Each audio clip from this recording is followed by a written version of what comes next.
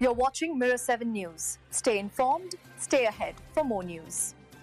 The playoff race in Major League Baseball has reached a fever pitch, and nowhere is it more intense than in the American League East. The Toronto Blue Jays, once firmly in control of the division, have seen that grip loosen in dramatic fashion after a 7-1 loss to the Boston Red Sox on Wednesday night. That defeat, combined with a New York Yankees win, left the Jays and Yankees tied at the top of the AL East with only a handful of games remaining. The story at Rogers Center began poorly for Toronto.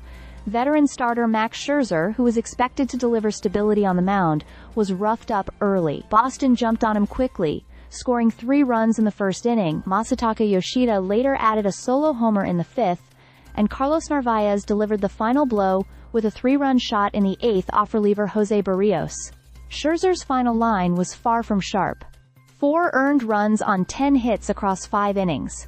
On the other side, Boston's Garrett Crochet was simply dominant. In front of over 39,000 fans, he silenced the Toronto Bats, giving up only 3 hits across 8 scoreless innings while striking out 6. By the time Isaiah Kiner-Falefa broke through with a solo homer in the 9th, the game was already well out of reach. Toronto was limited to just 4 hits in total, and once again, the lineup's inconsistency became a pressing concern. The loss was costly beyond the scoreboard. The Blue Jays have now dropped 6 of their last 7 games. At a time when momentum matters most, their magic number to clinch their first division title since 2015 stayed at 4. But the Yankees' surge has brought added pressure. Toronto still holds the head-to-head tiebreaker advantage over New York, which could prove critical.